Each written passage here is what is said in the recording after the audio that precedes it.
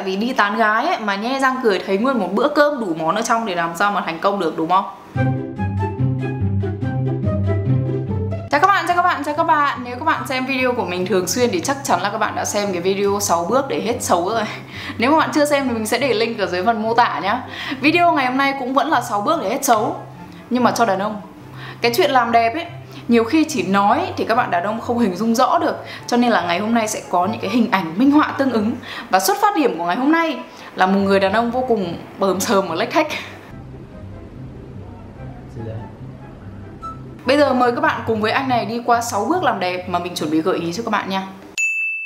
Bước đầu tiên nha các bạn đàn ông là phải cắt gọn hết lông mũi đi đã. Đối với phụ nữ ấy, thì không có một cảm giác gì nó khó tả và nó cụt hứng hơn là đang tràn trề cảm xúc không? Hai người sát lại nhau, sau đấy chẳng thấy nổi cái gì ngoài cái lông mũi đang thò lò ra mà nó lại còn có đứng yên đâu. Bạn cứ hít vào rồi thở ra, rồi hít vào rồi thở ra là nó cũng thụt vào rồi lại thòi ra, rồi lại thụt vào rồi lại thòi ra theo cái hơi thở của bạn đấy. Thực sự là nhìn khá là mất cảm xúc chứ không phải là đùa đâu. Bởi vậy rất quan trọng là các bạn phải lấy kéo cắt nó đi. Sau khi xử lý lông mũi đi rồi thì các bạn phải nhìn lên mắt. Nếu bạn chỉ có một cái lông mày kéo dài từ bên này xuyên suốt qua bên này thì xin chia buồn, bạn là một trong số những người đàn ông có một quả lông mày bắc cầu hay là Tây nó gọi là unibrow.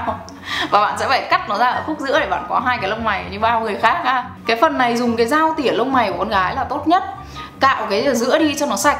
Sau đó cũng cái con dao đó bạn tỉa bớt những cái bờm sờm ở xung quanh đi để cho khuôn mặt nó sáng lên. Nếu chưa có kỹ năng ấy, thì chưa nên tác động gì vào dáng lông mày nhá. Chỉ cần cạo bớt cái phần bờm sờm xung quanh đi là được. Bước thứ hai cho các anh đàn ông là chăm sóc da mặt. Một khuôn mặt sáng sủa là ấn tượng đầu tiên và nó sẽ làm cho các anh đẹp trai thêm 10 phần luôn nhá. Việc chăm sóc da của đàn bà thì khá là phức tạp và mình hoàn toàn hiểu là các bạn con trai không thể kỹ như thế được. Bởi vậy mình sẽ chỉ cần các bạn tập trung vào hai bước quan trọng nhất thôi. Đấy là làm sạch và dưỡng ẩm. Sau đây sẽ là một quy trình cực kỳ tối giản, ít tốn thời gian mình gợi ý cho các bạn con trai nhá. Mỗi tuần một lần các bạn cần tẩy da chết cho mặt. Nhớ là cái này chỉ cần làm mỗi tuần một lần thôi. Còn bây giờ hàng ngày các bạn phải làm sạch đúng cách.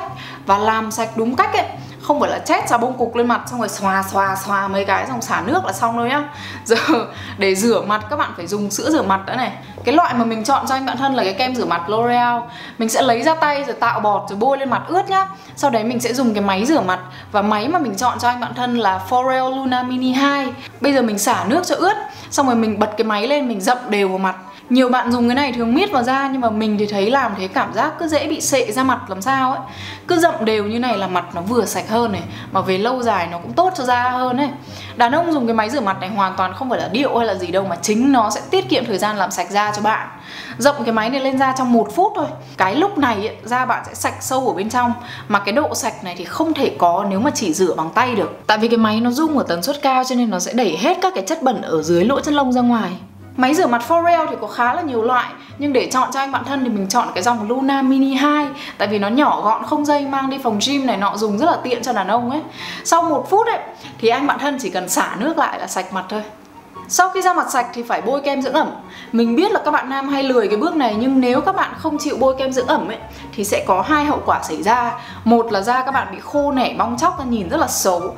Và hai ấy, là vì da khô quá cho nên nó lại tăng tiết nhờn để phản ứng. Và từ đấy cái lỗ chân lông của các bạn sẽ bị tắc, gây mụn. Cộng thêm đó thì mặt các bạn nhìn lúc nào cũng sẽ kiểu nhờn bóng bóng lên này. Loại kem mà mình chọn cho anh bạn thân là The Body Shop dòng Vitamin E dạng sorbet.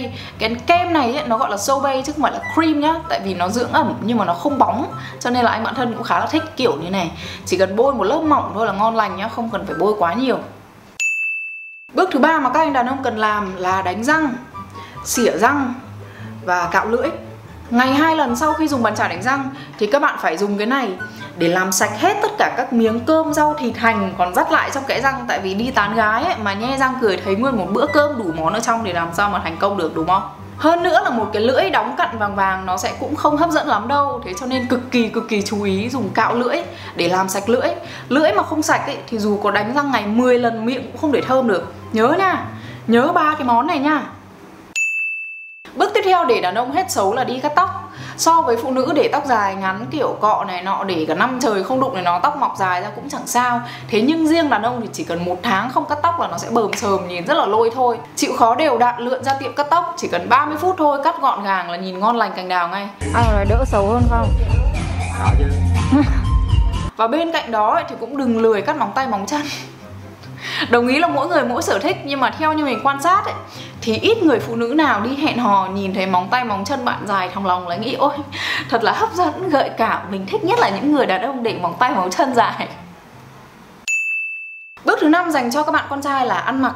Bản thân cái chủ đề này nó có thể sẽ mất đến chục cái video để nói về riêng nó, cho nên mình sẽ không thể tư vấn cách ăn mặc thật chi tiết cho các bạn trong một video này được. Tuy nhiên, mình rất khuyến khích các bạn dành thời gian đọc cái phần phong cách ở trên tạp chí Elle Man ấy, tức là tạp chí Elle cho đàn ông đó. Trên đó người ta sẽ gợi ý cho các bạn tất cả các cách ăn mặc từ trang trọng cho đến thường ngày. Và bởi vì nhìn chung là các dạng quần áo của đàn ông nó là basic ấy, nó tiêu chuẩn hơn phụ nữ, cho nên quan trọng nhất là các bạn phải học được cách chọn những cái món này, từ áo sơ mi, quần tây, vớ, cà vạt, cái kiểu cổ áo, kiểu túi phù hợp nhất với bạn.